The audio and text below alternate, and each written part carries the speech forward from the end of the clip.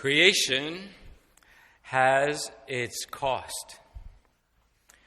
To be creature, not creator, is to be incomplete, to be unfinished. We created beings are radically insufficient to cause and sustain ourselves. Thus, God, in willing that there be no other gods, had to will that there be frailty and incompleteness in His creation. Such is the price of creaturehood.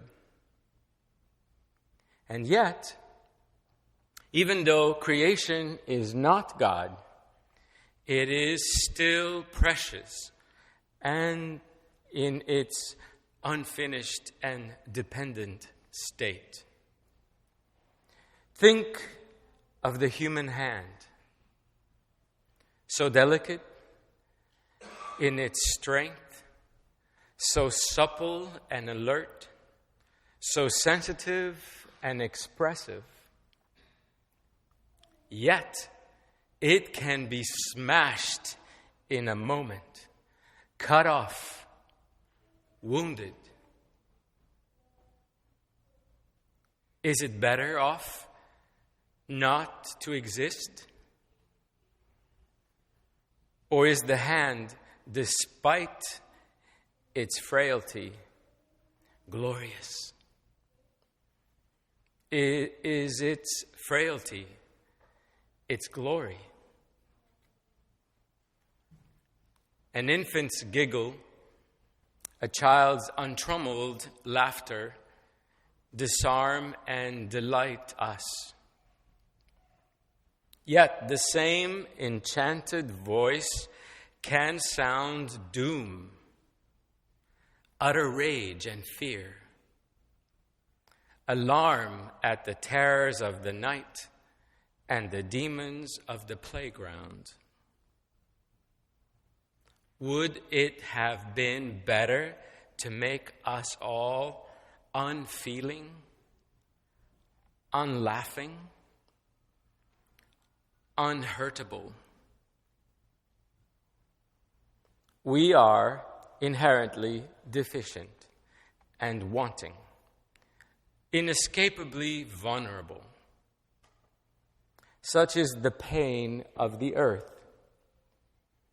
Yet, the sufferings of time, St. Paul tells us today, are nothing compared to the glory revealed in us. There is futility in our being only if our being is all there is. The flower fades and droops. The once young body one day sags and then lingers long. Mash hardens first, then melts away, corruptible, slave to space and time. And yet, we glory in it, and rightly so. God does as well. This paltry flesh, like all creation groaning, longs for finish, longs for completion and rest. Such is the glorious agony of our condition.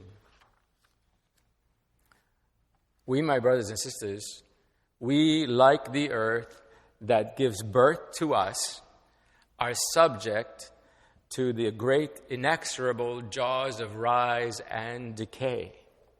We are fundamentally good. We are growing things, and yet because we grow, we lack. The name for this mystery beneath the formation of mountain ridges and spinal cords is physical evil, deficiency, the parasite of an unfinished universe that is good. But the appearance of human life raised the stakes, the joys, and the catastrophes. For into this world were cast creatures not only unfinished in their being, but in their nature. Men and women were gifted not just with life, but with life aware of itself.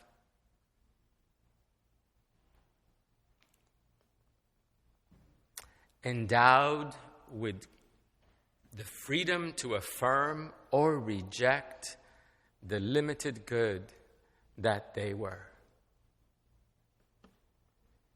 Mountains show might and seas roar, but humans utter yes. And they might also say no. And it was that yes or no that made us worth God's final risk.